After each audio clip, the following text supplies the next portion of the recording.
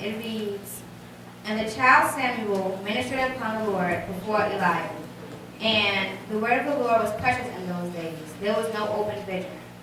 So the first verse, basically what it's telling you is that there was a child, and his name was Samuel, and he was taking care of a man named Eli, and Eli believed in the Lord. And God never really spoke to people in those days. So when you hear a word from the Lord, it means that you're special or he's trying to warn you about something. And the second verse reads, "And it came to pass at the time, Eli was laid down in this place, and his eyes began to wax dim, and he could not see."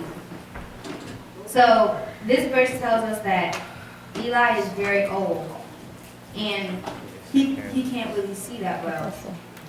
And the verse 3 reads, the lamp of God went out to the temple of the Lord, where the ark of God was, and Samuel was laid down to sleep," which means that Samuel slept in the temple of the Lord. Verse 4, "That the Lord called Samuel, and he answered, Here I am.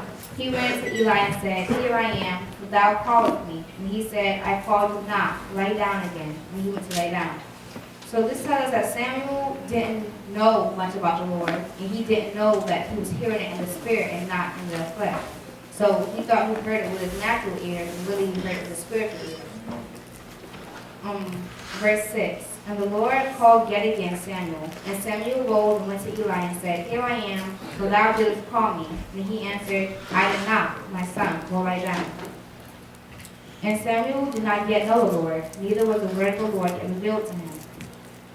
And the Lord called Samuel again, the third time. And he rose and went to Eli and said, Here I am, for thou didst call me.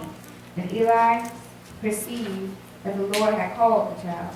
Therefore Eli said to the Lord, child, go lie down. And it shall be, if he call, thou shalt say, Speak, Lord, for thy servant heareth. So Samuel went and lay down in this place. And the Lord came and stood and called at the other time, Samuel, Samuel. Then Samuel answered, Speak, for thy servant heareth. So this tells us that Samuel really didn't know the Lord. So us as young people, we should be happy that we do know the Lord. All right. We should be happy that when we want something and our parents will give it to us, we can pray to God, and when God will, He'll give it to us. We have a second parent. So that's really, the first parent. But that's really good. So when God speaks to us as young people, we really need to listen, because we are the next generation. Because the older people are going to pass, which is going to be us.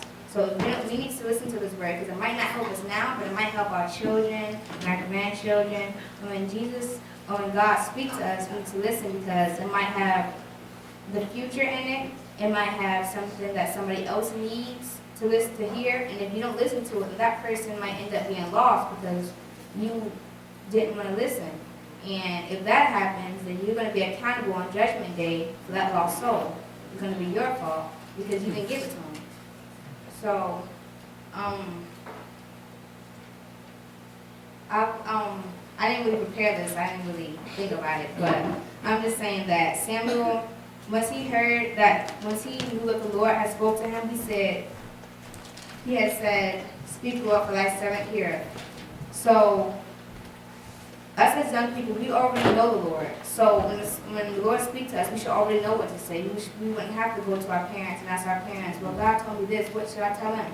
So we should already know what to say, because we know who the Lord is, what he did, and what he can do for us, and what he has done for us, and who he is, and where we're going to be when we die. So we need to really listen to him and get the word that he's trying to give us, because it's really important. So, Amen. Beautiful.